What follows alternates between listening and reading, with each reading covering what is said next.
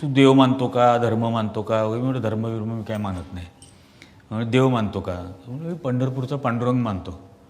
तो म्हणजे कसं काय, तर म्हटलं कारण धर्माचा काही संबंध नाही, मला तो संविधानाचं प्रतीक वाटतो.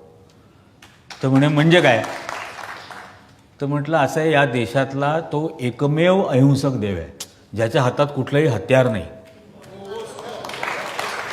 तो म्हणजे प्रत्येकाच्या हातात काही ना काहीतरी शस्त्र आहे. तो एकच आहे ज्याच्या हातात कुठलंही शस्त्र नाही, गळ्यात नाग साप विंचू असले काही प्रकार नाही. तो एकदम अहिंसक देव आहे. तो सामान्य माणसासारखा कमरेवर हात ठेवलाय, विटेवर उभा आहे, येणाऱ्या आव्हानाची वाट पाहतोय. तो जेंडर इक्वॅलिटी मानतो. तो विटेवर आहे, त्याची बायको पण विटेवर आहे. म्हणजे असंही त्याच्यामध्ये काही नाही आहे की तो इतर देवांप्रमाणे सिंहासनावर बसलाय आणि बायको पायाशी बसली आहे. तो ती इक्वॅलिटी मानतो. तो त्याचं कुठलंही कर्मकांड नाही. तो धर्मनिरपेक्ष, जातनिरपेक्ष, भाषानिरपेक्ष असा अभूतपूर्व देव आहे.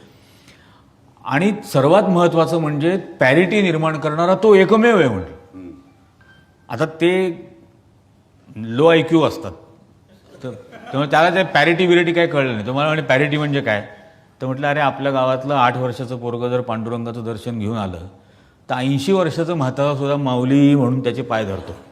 तो त्या पोराला तुझी जात काय, तुझा धर्म काय, तुझा पंथ काय, तू टॅक्सपेअरचा पोरगा आहे का नॉन टॅक्सपेअरचा पोरगा आहे, तो काहीच विचारत नाही.